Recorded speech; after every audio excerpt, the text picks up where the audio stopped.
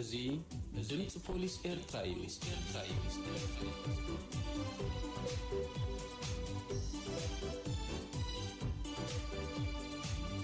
እዙይ ድምፂ ፖሊስ ኤርትራ እዩ።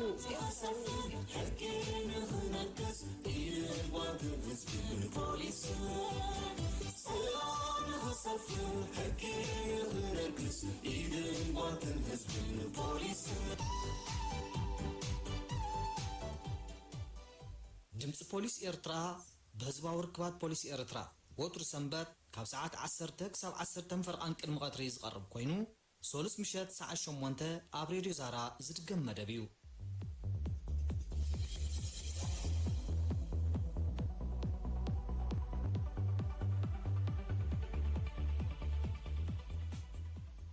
ሰላም መደባት ድምፂ ፖሊስ ኤርትራ ኣብ ምክታል ትርከቡ ክቡራትን ክቡራን ሰማዕትና ከመይ ተቐንዩ? ድምፅኹም ድምፂ ፖሊስ ኤርትራ ንዓኹም ይምህሩን ይሕብሩን ዝበለቶ መልእኽቲ ሒዛ ንፍርቂ ሰዓት ፀንሕ መደባት ኣዋይዳ ኣብ ሰዓታት ተረኺባላ። ንሎሚ ዘለውና መደባት ብዛዕባ ጉድለት ዝፈፀማ ወሃብቲ ኣገልግሎት ኣስተምህሮን ተምሃሮ ሓደጋ ንምክልኻልን ንሓደጋታት ትራፊክን ዝትሕዝቶም ኣብ ዜና ፖሊስ ፃዕረኛታትን ውፍያትን ዜጋታት ንምኽስኳስ ዝብል ኣብ መደብ ምክልኻል ገበን ግጥም እውን ትርቶም ሓልዮም ክቐርቡልናዮም ሰናይ ምክታል እናበልኩ መስመር ናብ ኣንባብ ዜና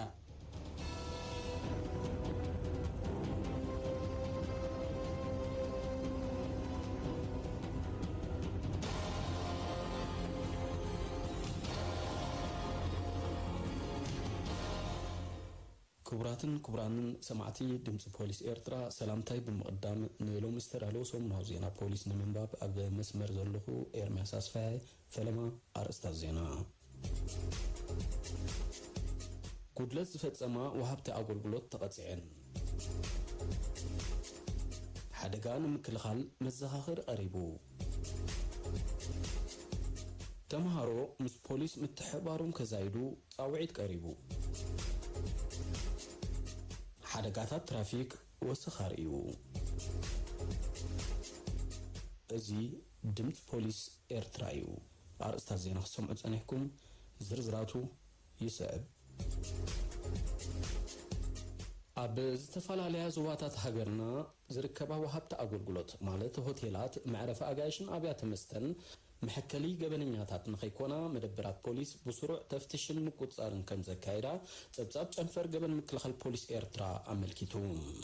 بمسرة تيتساب أبزن زحلفات شعات أوارح أبقلا قلا وهبتي أقول قلوتات كرايت صنح قدلتات قاشا زي مزقاب نتحت عدما عرات مفقاد قمار متوات نتحت 10 عامت كابستفاقد ساعات وطان الكلاو مستمشات زي حقاو عرات مكراي شيشا مئنقادن زأموصولو نيرام كابتن قدلتات زفتزما شوعات 166 تكالات 186 متنقالتا استرفا دما جنزباو مقطعات 5 سنلن تحبيرهم بزيكازي 4 أبزوا دوب كلتا دما أبزوا عن سوا 15 أتي تبصاب وسيخو أرديون بزا قاطامي قلقل تحت عدمة كاب دكواناتن تكالاتن الكلاوي مستغزيوم أب قماني ماي إنا مولو أب برخاتات كيدوم زستيو أب فوقدو داساتن هزبن ستاكوبلو خبابيتات كا رفشا زفوترو بوليس مس هزبي تحابيرو كحزوم كم تنحب متقاس زخونه سب أب كبابيو تماساسال تكبار كفتصموم زري بغلطوف بوليس كحبرن ولدون دقوم ككاتاتولون كقاصاصورون جنفر مكلخال جبن بوليس إيرترا أتحساسيبو بوليس إيرترا أب عمتاو وطن سرحو خابزن ودفو حدقا ألبوسوم ترافيك زبل مدب ببوليسو عماكل ستودب أب كتما أسمرا وفري مكلخال حدقا 5 تقليزو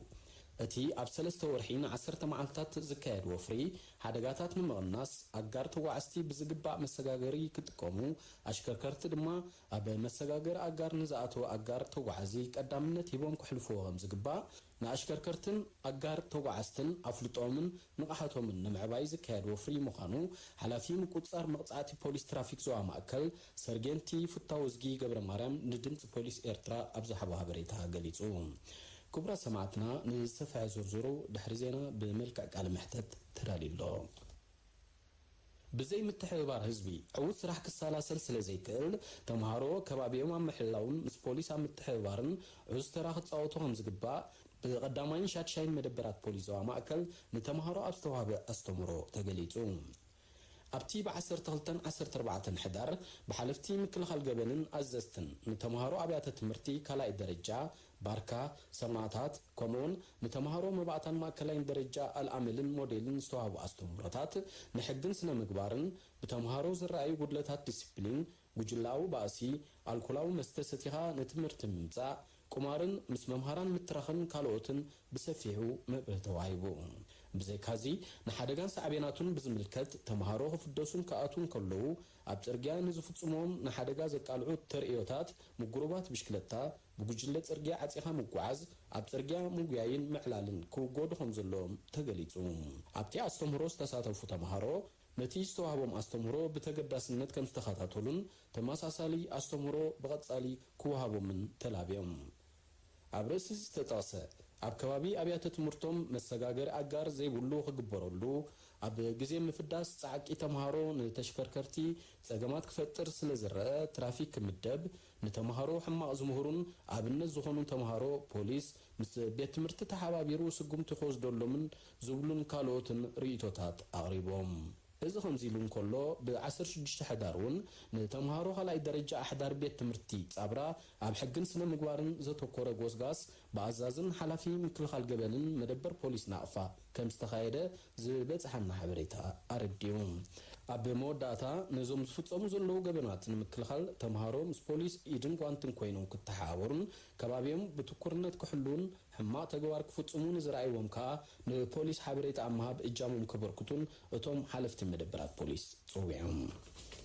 أب سالسي ربع عامت ناكلتشعن عصر شعاتن حدقاتا ترافيك وسخ كان زرعي سلسته ورحاو تبصاب استاف متنعتن وطن بوليس إيرترا قليتهم اتي ورحاو تبصاب كان زنطرو كاب سنة خساب مسكر رماب زولو جزي شعاتميتن تسعن شعاتن ترعانات حدقات ترافيك أيوم مسكالاي ربع عامت كنا تعصرن كلها بسلسته بشدش ميتاوي توسخ كان زرعي تتصبصاب قليتو كم سعبينو 12 سبات مويتهم 177 سبات بخبيدن قليلن قسيلهم اب نبره دما استات 5 مليون نافا زغمت كسارا خمس ورده اتتصبصاب حبيرهم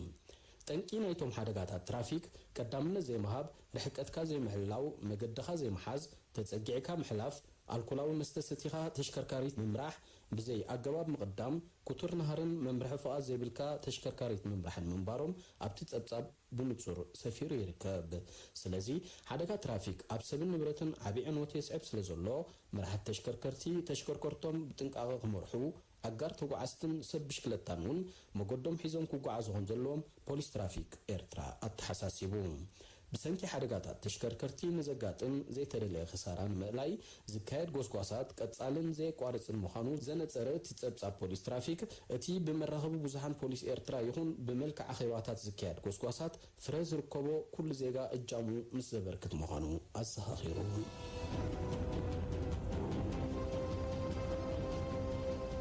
ባርከ ዘኸበርኩም ሰማዕተ ድምጽ ፖሊስ ኤርትራ ዜና ፖሊስ አብዚ ፈጽምና ለና زيترفو مدبات دمت بوليس إيرترا ختكاتاتولو دقيمة بأخبر تعدم بوغني سلام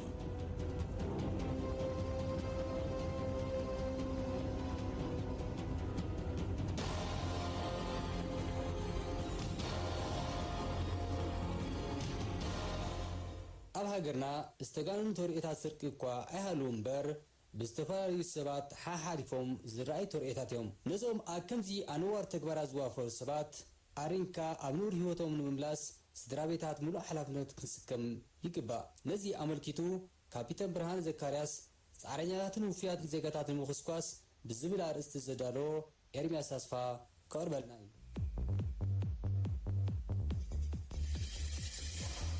سعرينياتن وفيات زيقاتات المخسكواس كاب سريح كان سعر كان جنزب النبرتن النمات كامن زي كامن بار انكم رجعون بزقبرو سبات زتفالاليو جبنات سرقي كفتسمو يرأيهم سرقي كاب جزا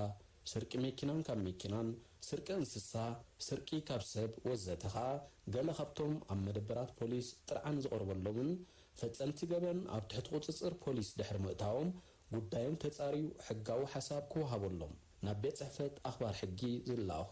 መዛግብቲ ምርመራ እዮም። ሰራቕቲ ብዝጥቀሙሎም ሜላታት ስርቂ ኣብዚ ኣንዋር ተግባር ብዘለዎም ተመክሮ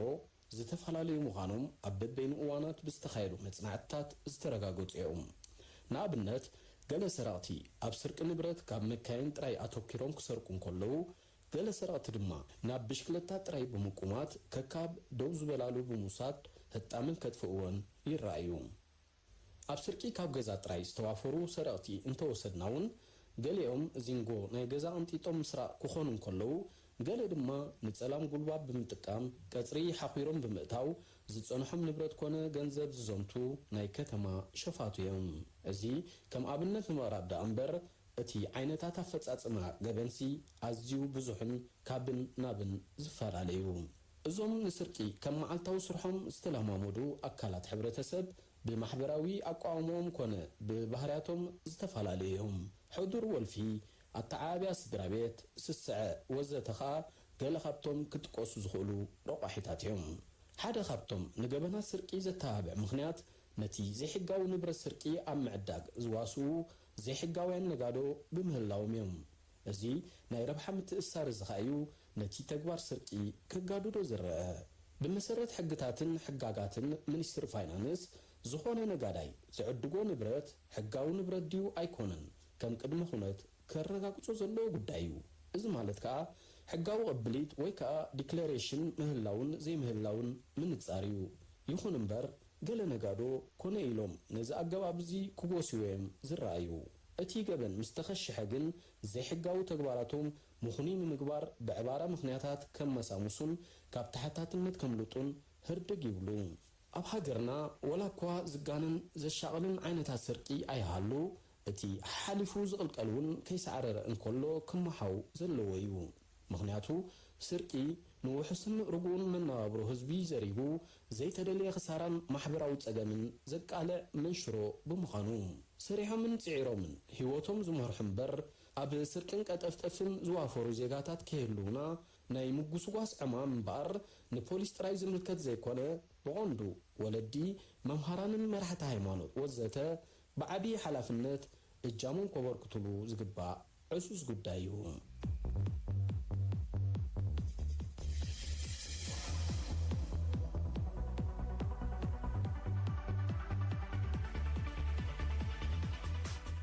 ብሰንኪ ዘጋጥሙ ዘለዎ ሓደጋ ትራፊክ ኣብ ህይወትን ንብረትን ጉድኣት ይወርድ ኣሎ።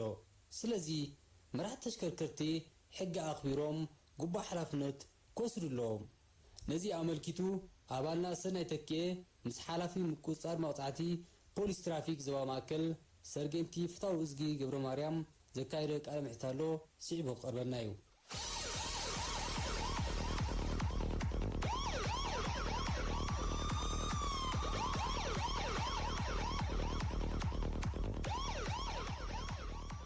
ኣብዚ እዋን እዚ ሓደጋታት ተሽከርከርቲ ምስቶም 10 ቀዳሞት ጠንቂ ሞት ደቂ ኣዳም ዝኾኑ ቀተልቲ ሕማማት ተሰሪዑ ንረኽቦ። ብደረጃ ዓለም ኣብ መዓልቲ ብኣሽሓት ዝቁፀሩ ሰባት ብሰንኪ ሓደጋታት ተሽከርከርቲ ህይወቶም ይስእኑን ይስንክሉን። ኣብ ሃገርና እውን እቲ ኣብ ህይወትን ንብረትን ዝወረድ ዕንወት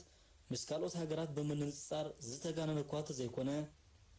ሓደጋ ከየጋጥመላ ዝሓለፈት መዓልቲ የላን ክበሃል ይከኣል። ብሰንኪ ዘጋጥሙ ዘለዉ ሓደጋታት ተሽከርከርቲ ኣብ ልዕሊ ህይወት ሰብ ዝወርድ ዘሎ ቅፅፈት ኣዝዩ ከቢድ እዩ። ብደረጃ ሃገር ኣብ ዝሓለፉ 5 ዓመታት ዘጋጠሙ ሓደጋታት ትራፊክ ምስ ንምልከት 706 ሰባት ሞይቶም ብእዋኑ መትኢ እንተዘይተገይርዎ ድማ ሳዕቤኑ ክዛይድ ይኽእል እዩ። ክቡራት ተኸታተልቲ ድምፂ ፖሊስ ኤርትራ ፖሊስ ኤርትራ ብመንገዲ ፖሊስ ዞባ ማእከል ኣብ ከተማ ኣስመራ ሓደጋ ኣልቦ ሰሙን ትራፊክ ብዝብል ወፍሪ ምክልኻል ሓደጋ ትራፊክ ኣካይዱን የካይድን ኣሎ። ሓላፊ ምቁፅጻር መቕጻዕቲ ፖሊስ ትራፊክ ዞባ ማእከል ሰርጌንት ፍታው እዝጊ ገብረ ማርያም እዩ። ምስኡ ዘካየድና ቃለ ምሕትት ድማ እነሆ።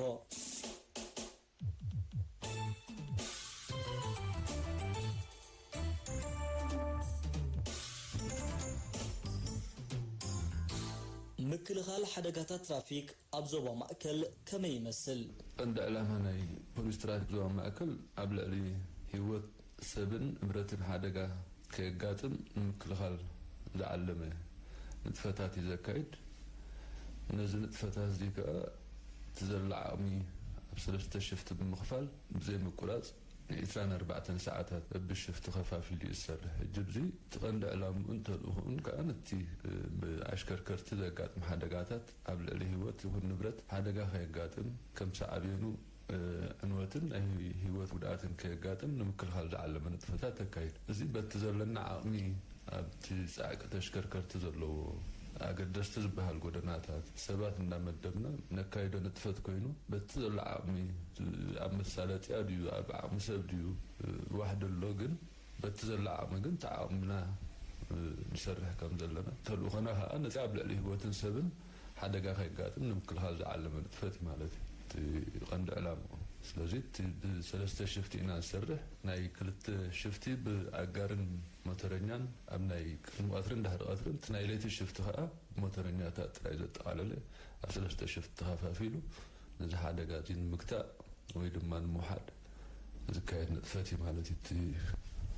ፖሊስ ትራፊክ ዞባ ማእከል ሓደጋ ኣልቦ ሰሙን ትራፊክ ብዝብል ቴማ ወፍሪ ምክልኻል ሓደጋ የካይድ እዩ እዚ ወፍሪ እዚ ኣብ ክንደይ ግዜኡ ዝካየድ ብመሰረት ውጥን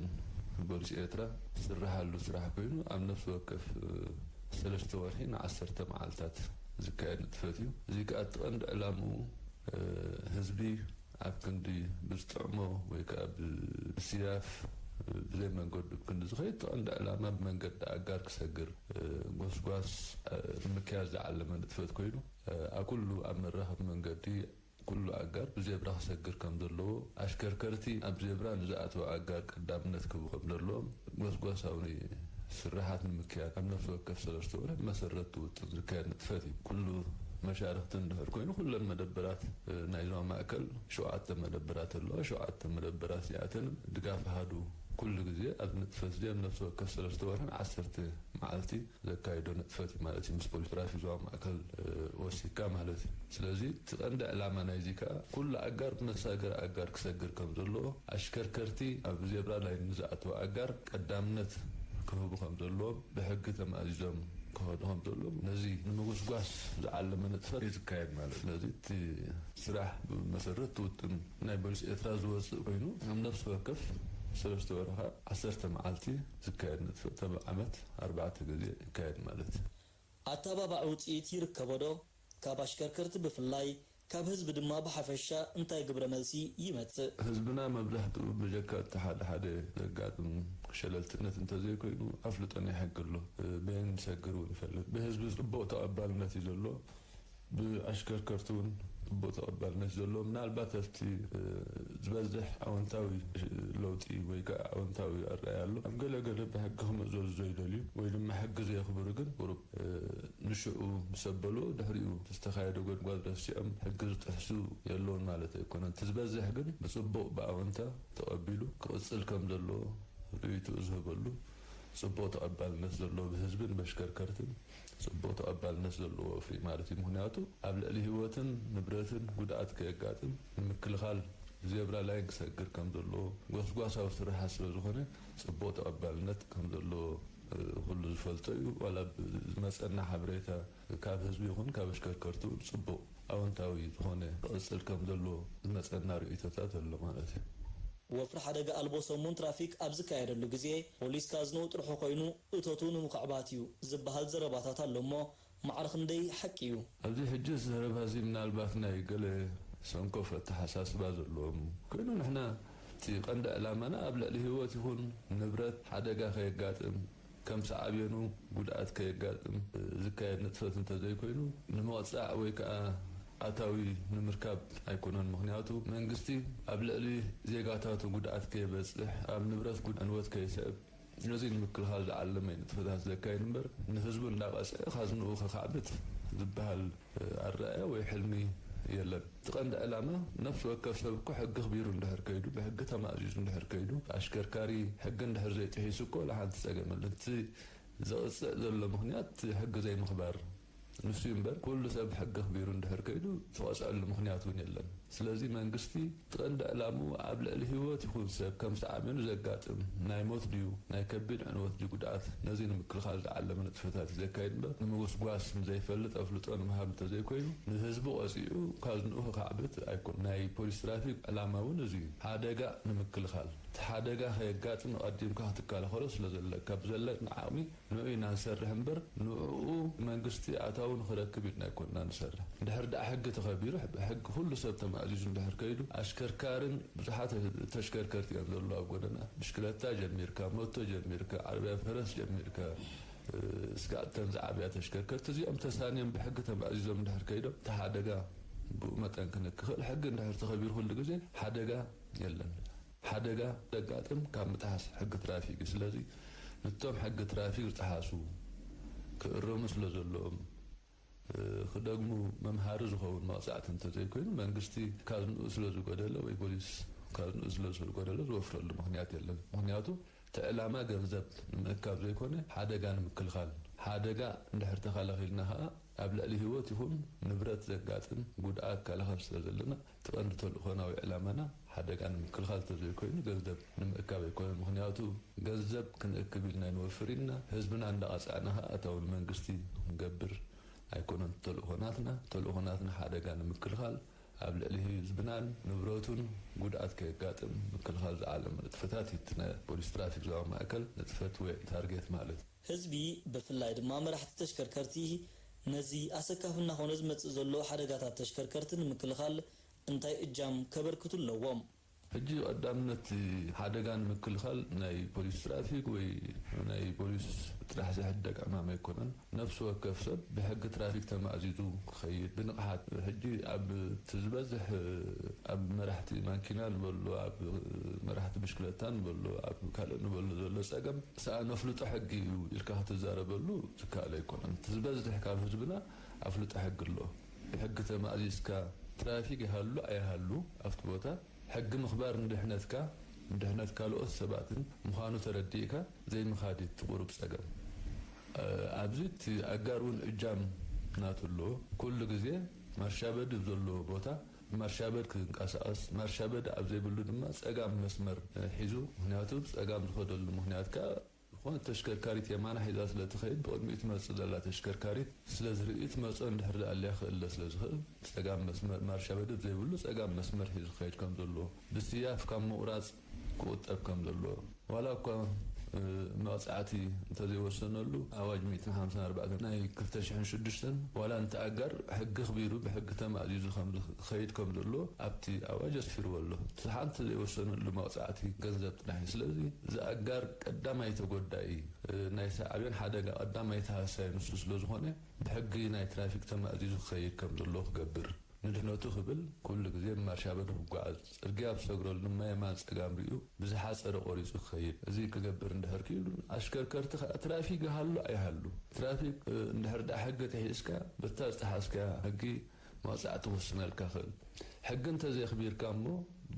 ብኡ ከም ሰዓብኑ ዘጋጥም ሓደጋ ግን ከቢድ ምዃኑ ተረዲኦም ብንቕሓት ሕጊ ክቢሮም ብሕጊ ተማእዚዞም ክኸዱ ከም ዘለዎም ክገብሩ እዚ ክንላው ንኽእል ምክንያቱ ሕጊ ምኽባርካ መርኣያ ስልጣነ መርኣያ ንቕሓት ስለዝኾነ ነፍሲ ወከፍ ኣሽከርካሪ ብሕጊ ትራፊክ ተማእዚዙ ክኸይድ ከም ዘሎ እዚና ክንላቦ ንደሊ ብፍላይ ኣብ መሳገሪ ኣጋር ንዝኣተወ ኣጋር ቀዳምነት ክትህብ ከም ዘለካ ትራፊክ ተልዩ ጥራሕ ኣይኮንካን ቀዳምነት ክትቦ ዘለካ ኣብ መሳገሪ ኣጋር ዝኣተወ ዜብራ ድሕር ኣጋር ኣትዩ ኩሉ ግዜ ቀዳምነት ናቱ ስለ ዝኾነ ነፍሲ ወከፍ ኣሽከርካሪ ቀዳምነት ክቦ ከም ዘሎ ነዚ ዘይገብሩ ግን ብዙሓት ኣሽከርከርቲ ኣለዉ ከም ሰዓብኑ ሓደጋ ኣጋጥም እዩ ሓደጋ ምስ ኣጋጥመ ኣብ ስድራ ቤት ኣብ ፈፃሚ ሓደጋ ይኹን ኣብ ሰዓብን ናይቲ ሓደጋ ዘጋጥም ቅልውላው እውን ቀሊል ስለ ዘይኮነ ብንቕሓት ትራፊክ ሃሉ ኣይሃልፍቲ ቦታ ነቲ ከም ትራፊክ ኮይኑ ዘገልግል ምልክታትን ህንፃፃትን ታቤላታትን ኣኽቢርካን ተማእዚዝካን ድሕሪ ዳኣ ከይድካ እቲ ሓደጋ ናብ ታሕተ ደረጃ ክወርድ ስለ ዝኽእል ነፍሲ ወከፍ ብንቕሓት ክሰርሐሉን ኣጋር ይኹን ኣሽከርካሪ ኩሉ ህዝቢ ተሓበር ኣብዚ እጃሙ ከበርክት ከም ዘሎ ኢና ከነተሓሳስብ ንኽእል ማለት ምክንያቱ ሰዓብያን ሓደጋ ኩሉ ግዜ ነትፈፃሚ ሓደጋን ነቲ ግዳይ ናይ ሓደጋን ብማዕረ ዝፀሉ ስለ ዝኾነ ኣሽከርከርቲ ይኹኑ ዋላ ኣጋር ተጓዓዚ ኩሉ ግዜ بحق ترافيك تمازيزم كخدهم زلهم دهردا كيلم حدغان ابتحت درجه كوردلو زي مخنيات يلا حق المخبار كاب حدا حبرتسب مرأي سلطاني مرأي روحاتو سلازخونه نفس وكف سب بحق تمازيز خيدن بحق اخبير خيدن تقبل زلو مرشابد زلو بوتا مرشابد غواز مرشابد ابزي بلو بوتا بصقام بيماناي مسمرو بصقاماي مسمر هيزو غواز كم زلو سرغيا فورصلو بزحا صري مسمر كورز كم زلو بسياف كورز كم زي بلو غبر تخيل تاغر تشكركار كل غزي ناغار قدامنت كم زلو اندهر اغيرو تحدغا نابتحات درجه ورد سلازو نفس وكف سبب جام خبركت كم زلو نحن لاب قدمنا استداربنا له احنا بكل سبب كتحابر انت زي كلنا امنت بوليس راسي زوا ماكل نخلو تي زوبا شوفنو زلو عامي مسالتي ام زلو عام سب كشوفنا يكني سلازي ناي نفس وكف متحبار ناي حزبي ناي اشكركرتي خبر ابي تثبيت زلو نحناتو عيني بوليس كل غزي حزبي حزب سلازخونها اب مكلخال حدغا ترافيك كله حزبي اجام خبركتن ابركتو لابد على درجه بصحن زي نحن لابن دلي مخنياتو كلنا نزيغاتاتنا سلازخونه تسعبين اب وغناتنا هغاطم سلازخل سلازي نزغاطم حدغاتاتن كم سعبين نزغاطم غداتن مكلخال نفس وكف زيغا اجام خبركت لبوانا ننت محالف مالت صعبين حدقات ترافيك أقاليل كازر يكونن هو السب يقذف أكالي سنكل سدرا بيتات يزختم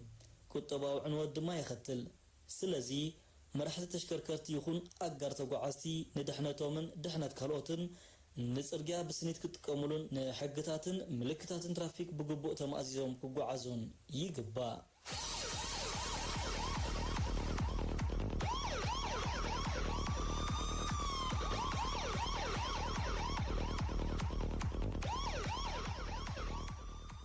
እታወትሩ በተመስከን ትኩት ዳሎ እናዛና ጋዕት ምህርግጥሚ ነለቡን ናብልቦም ንለሶም ብዝብል አርስቲ ተዳልያላ ሰናይ ተኪየ ክቅርበልናዩ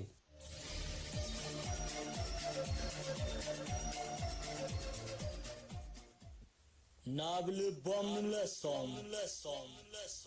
አይ ወልደስ ግጭ ስርሑቅጭ ከምጽእ ባዓንቶ ቦዝ ስራዕ ከይሰርዕ ዕርፊ ኸይጽንዕ ከይእርም ከይቁርጥጥ ውላዱ ከይቀጽዕ ንሰብ ዝብል ስልብጥ ኣብ ጎልጎል ዘጉርዕ ንነብሱ ከይሓትት ንርእሱ ከይወቅስ ድኽመቱ ክሓብእ ናብ ካልእ ከጸግዕ ቀፂዑ ሃብካ እምበር ክምድር ክጭርሕ ሓንጎሉ ከመይ እዩ ዝሓስብ ትብልዎ ዶ ይሰርሕ ካብኡ ዘይተሓይሽ ነታይ ዕሽሽ ምሽሽ ደቃ ከይትኩስኩስ فقد قايلاشوش كنت تغنانح نجر كتغافح تهوخ سبو دم تفاسس عباس تغيي حبتون كل تبلح كيدا كتدقس حوت تملس تعفر تلفلف علوي كسخف رزي تحنخ حرمايو تقص اتصبح زمت طاطا زي تفلت رئيس سب كتفلت تقوي خدنتنت سب سلام كتكلت عقرقر تعلبك نجر كتو خمسع تخرم تقوع اما ولدات فوف اهوتيلو لتش مزدقو كيصدف كيسفر ابدو صعبينو كيبس كيكونه زطعيس كريفنا حشوخشوخ اسكنبل اواني كاب محماي وياطط نرانا سق ويمس اتون ننبه نبلون طراي حح مس حجز فالط حسابهم زخلص علنا كنمهز ابوسوم زتحز نابلبوم زملس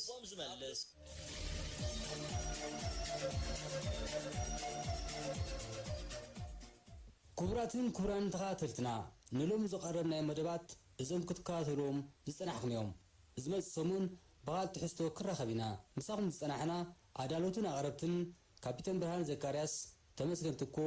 ارمياس اسفا تسفيت قبر ميكائيل سنة تكيه حابل يماني اوهاد مدب شتاي تمرسو مستكنشان عبيل ابراهام بمخاينا سلام كينه